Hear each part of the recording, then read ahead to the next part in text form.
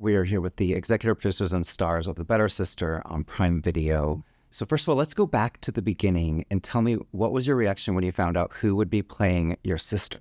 I was excited. Me too. We were happy because, you know, these are hard characters. These are challenging roles, and you want to know that you have a partner who you can trust and who you know is going to bring it every day. And I believed that we were sisters. Yep, same.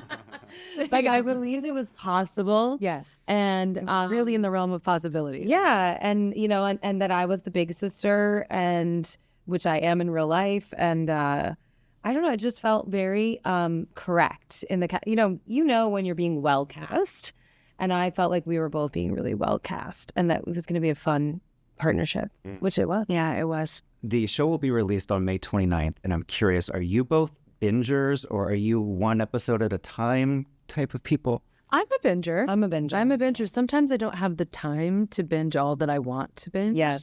So I do go in chunks, but I would definitely be one of those people being all night long up till 5 a.m., 6 a.m. watching everything if I could. I get like actually mad if I can't binge the show.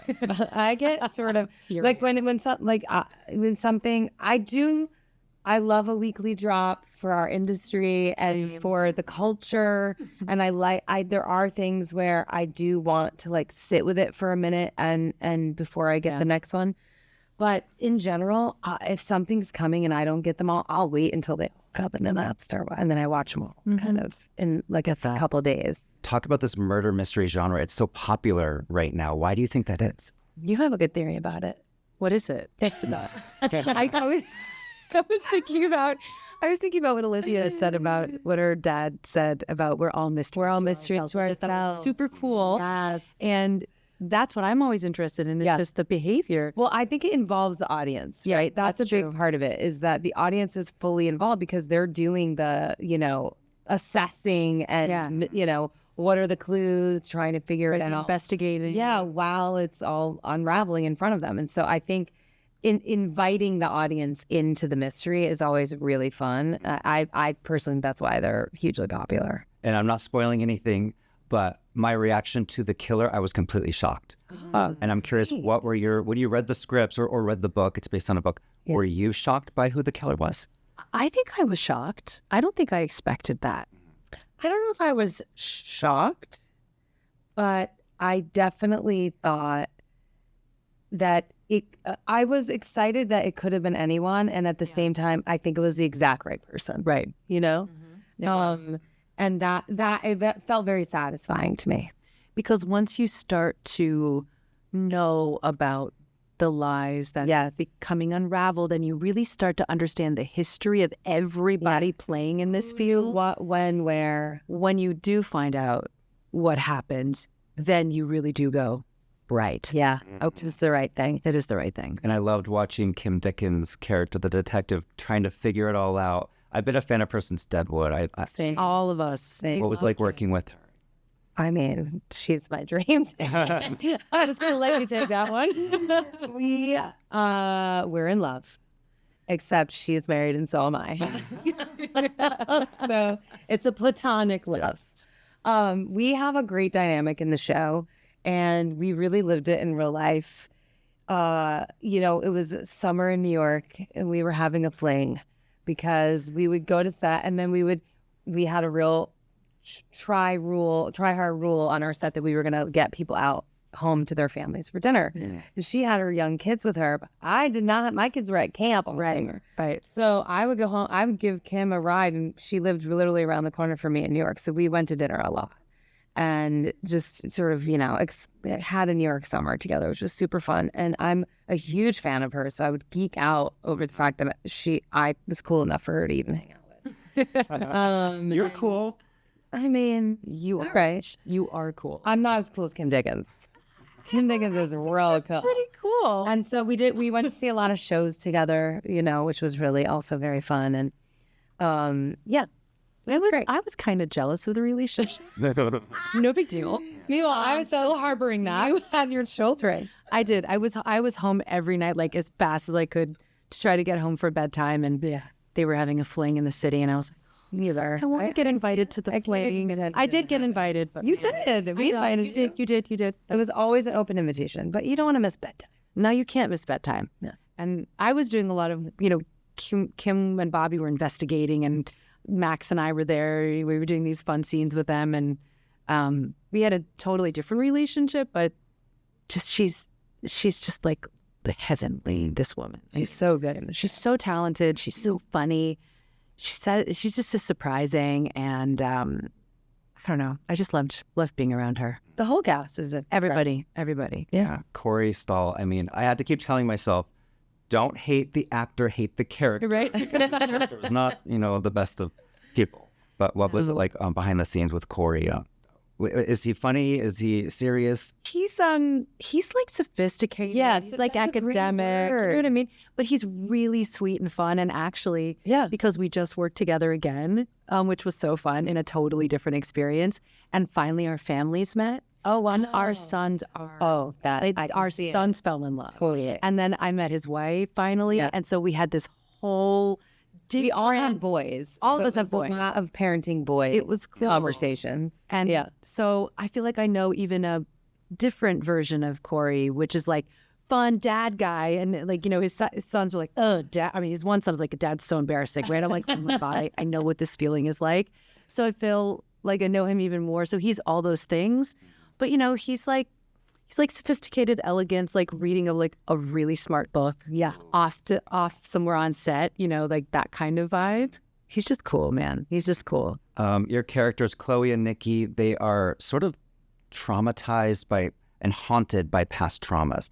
And it really sets the stage that this is not just cookie cutter characters. These are three-dimensional people. Did you feel that when you were playing them? Oh yeah, definitely. I think we had to build an entire, that's the character work I like to do as an actor anyway, which is really understand and have empathy for who this person is, where she came from, what are her experiences, imagine what her life is like, for real, and where she came from, what it would be like to walk into your sister's life who you haven't seen for 5 years.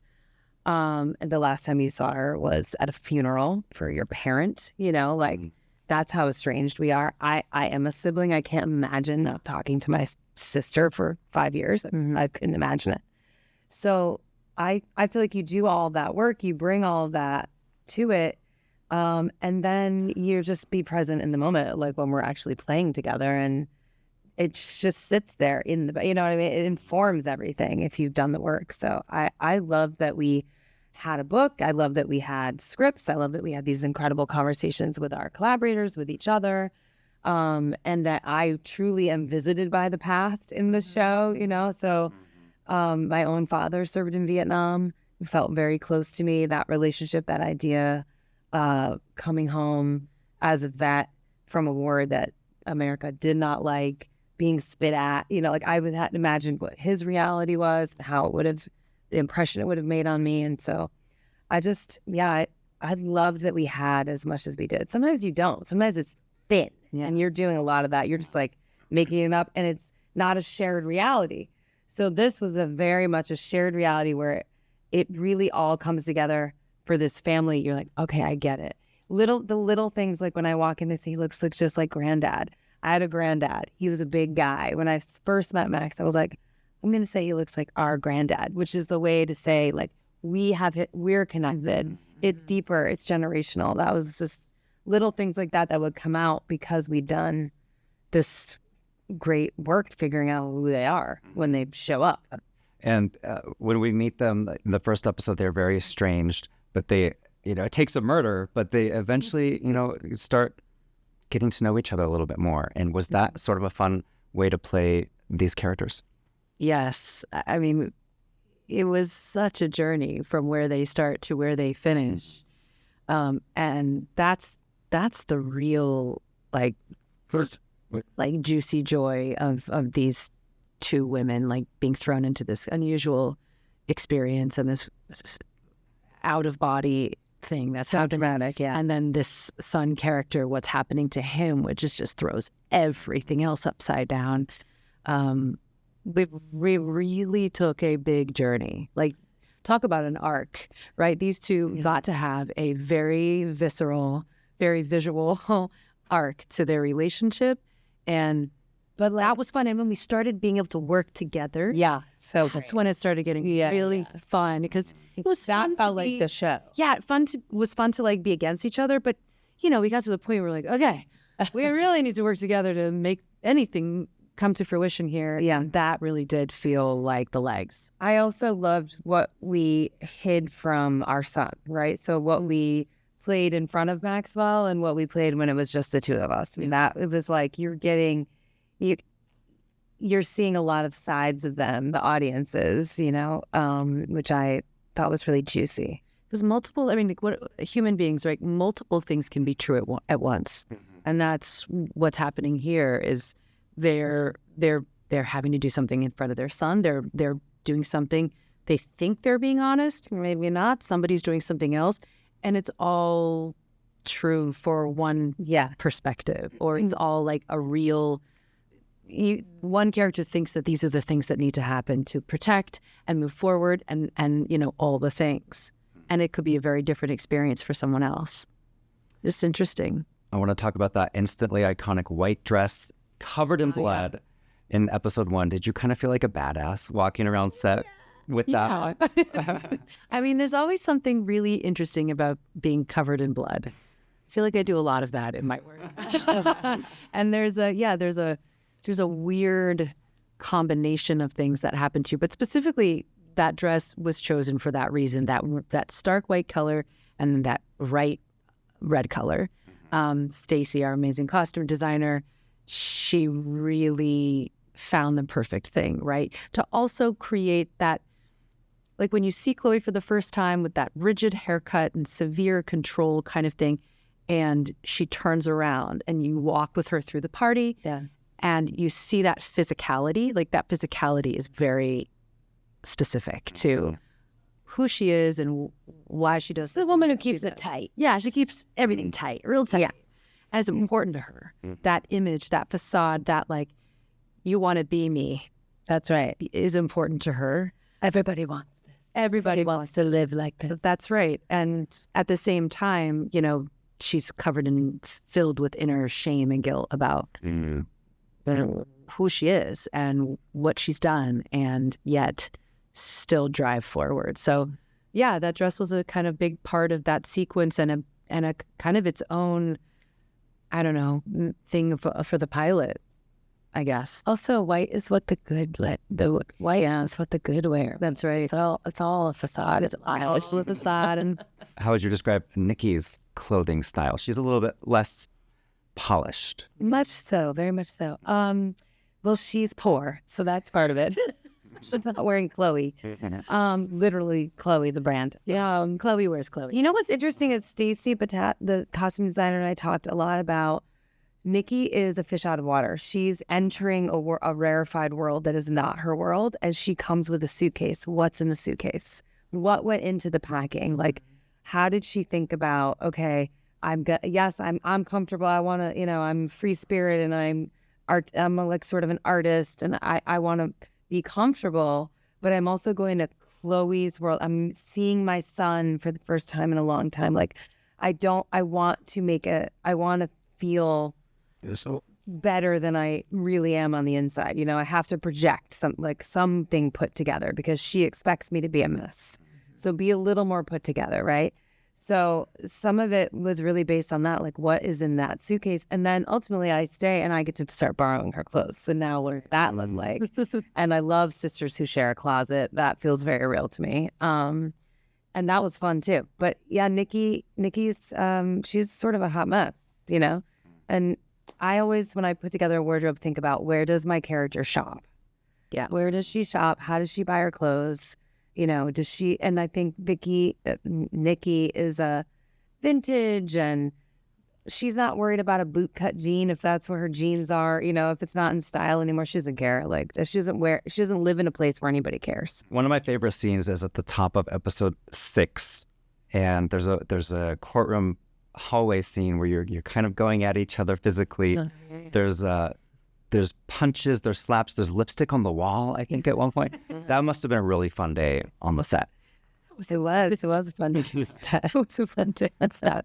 You know, it's planned. right? So you come to realize that it's sort of shocking and volatile in the moment and seems that way. You know, Nicky is much more manipulative than anyone's giving her credit for, except for Kim Dickens' character, who reads her well, like a book. But you know, I think that that's part of it, right? It's that it. But Nicky plays dirty all the time. That's like that's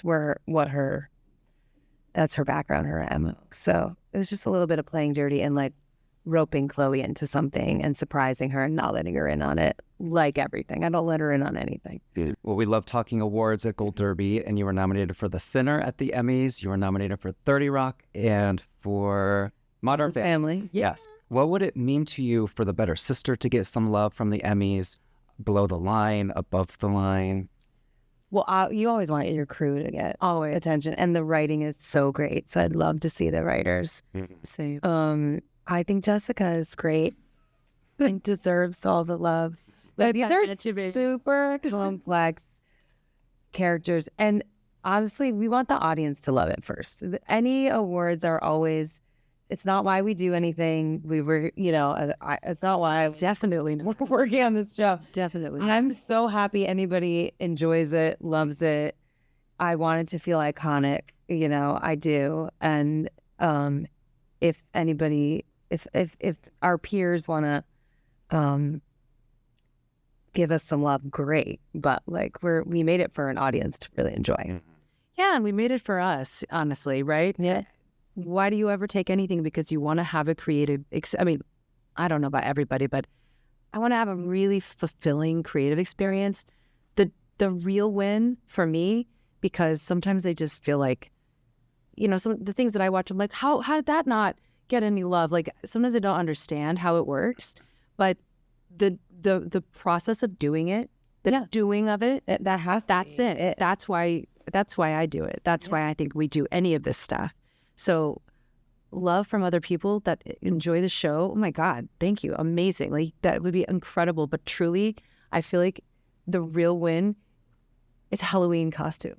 Always. Nicky and Chloe. If people are dressing up as Nicky and Chloe for Halloween, then we've won. We've won. Yeah. And that's what I'm looking for. The white dress with the blood. I know. Let's see it in October, and the everybody. jean shorts. Show it off. And the t-shirt and the long hair. And like, I just, that would be a cool combo to see. Two sisters, yeah. I hope it happens.